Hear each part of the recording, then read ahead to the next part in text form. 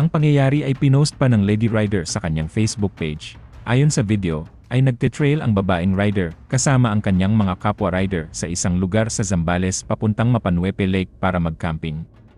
Makikita sa mga post nito na kasama niya sa ride ay ang controversial motivational speaker na si Rendon Labador at ibang pang mga motovloggers.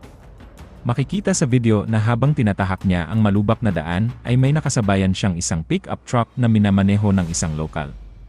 At dahil malubak, medyo mabagal at lumilihis ang takbo ng pick-up na parang iniiwasan ang mga lubak sa daan.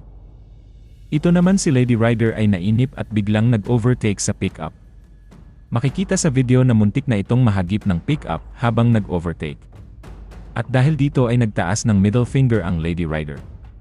Sa dulo ay tumigil ang pick-up driver at mahinahon na kinompronta ang Lady Rider dahil sa pamamakyo nito.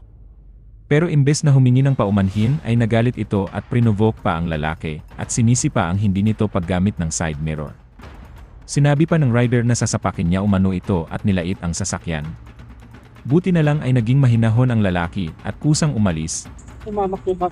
Bakit nga ba? Bakit nga ba? Bakit nga ba? Bakit nga ba? Alam mo kung lubok-lubok yung daan. You tell me! Bakit nga ba? You tell me. No, you tell me! You tell me! Huwag kang mamamakyo. Bakit nga ba? You tell me! Ginagit-git nyo kasi May side mirror ka, ako wala! Hindi ka gumagamit side mirror mo? Ganun na. Ikaw ang wag ganon! You use your side mirror!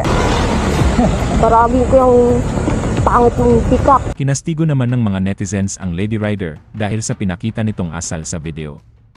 Ayon sa kanila, 100% daw na mali ang babaeng motovlogger dahil unang-una ay malubak ang daan kaya palihis-lihis ang takbo ng pick-up, pangalawa ay hindi umano